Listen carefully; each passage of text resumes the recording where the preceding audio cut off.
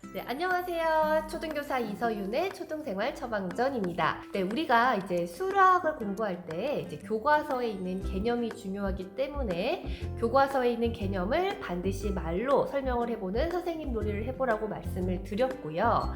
그 다음에 수학 교과서와 수학 익힘책을 풀어보면서 또 이제 복습을, 오답을 제가 이제 그 전에 재미있게 복습하는 방법에서 이제 뭐 랜덤으로 문제를 뽑아보면서 틀린 문제, 오답을 다시 풀어보는 것도 말씀을 드렸습니다. 그 다음에 우리가 또 수학 일기쓰기라고 해가지고 이 배운 내용을 나만의 방법으로 출력해보고 풀어보고 하는 것들을 말씀을 드렸고요.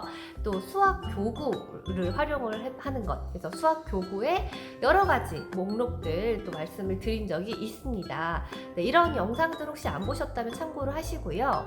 오늘은요, 이 수학을 공부하는 또 방법 중에 하나죠. 이 수학을 소재로 한 수학 동화책들이 정말 많이 있습니다.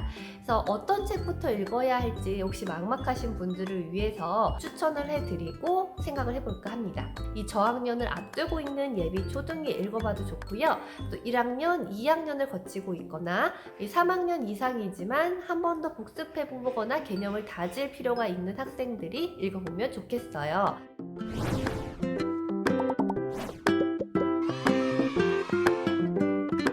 그래서 1학년, 2학년에서 배우는 내용은요, 이제 크게 자리값의 내용을 배우죠. 그래서 1학년 1학기에는 9가지의 수에 대해서 배우고요. 1학년 2학기 때는 100가지의 수에 대해서 배우고, 2학년 1학기에서는 이제 세 자릿수가 나오고요. 2학년 2학기 때 네 자릿수까지 나옵니다. 즉, 네 자릿수까지 저학년 때 다 배우면서 이 각각의 숫자들이 이 자리값, 어떤 수를 의미하고 있는지에 대해서 배우는 거예요. 그 다음에 이제 가장 핵심이 덧셈과 뺄셈이죠. 특히나 1학년 2학기 같은 경우에는 6단원 중에 3단원이 덧셈과 뺄셈이고요.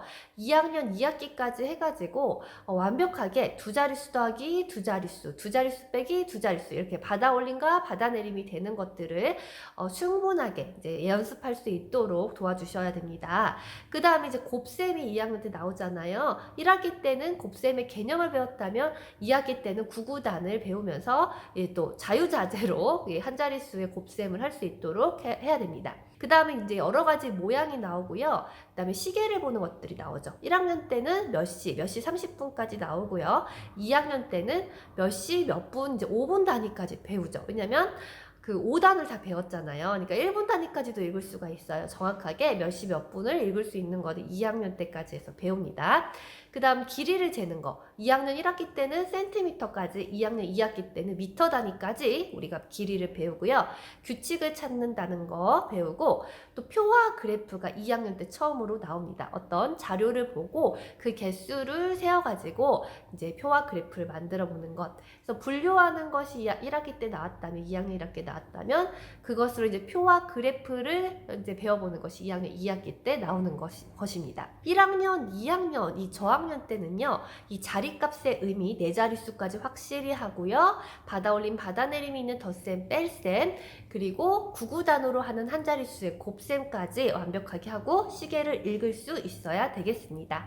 길이 재는 것들, 자로 길이를 재어야 됩니다. 그래서 이런 것 내용이 들어있는 우리 수학 동화책을 찾아서 읽어보면 좋겠죠. 그래서 우리 수학놀이 하자.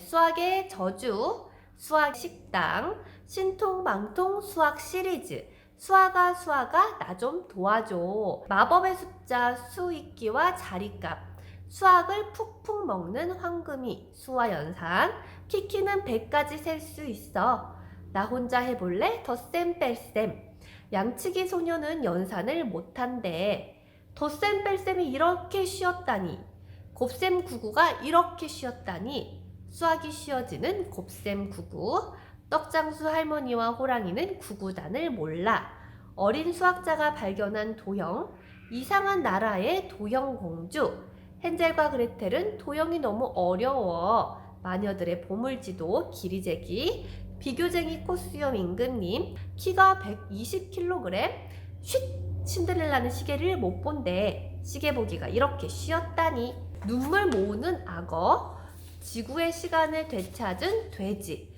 신통방통 플러스 표와 그래프, 피터, 그래서 규칙이 뭐냐고 여기까지예요. 읽기 연습을 하면서도 수에 대한 감각도 기를 수 있고요.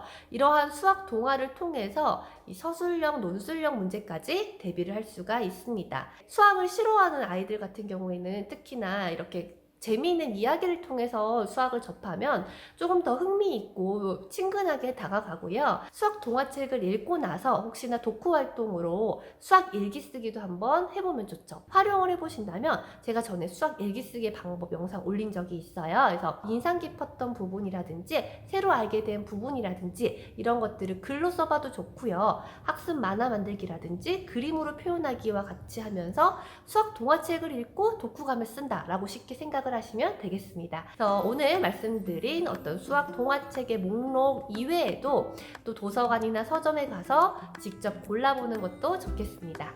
네, 오늘의 영상도 도움이 되셨으면 좋겠고요. 저는 또 다음 영상에서 찾아뵙겠습니다. 안녕히 계세요.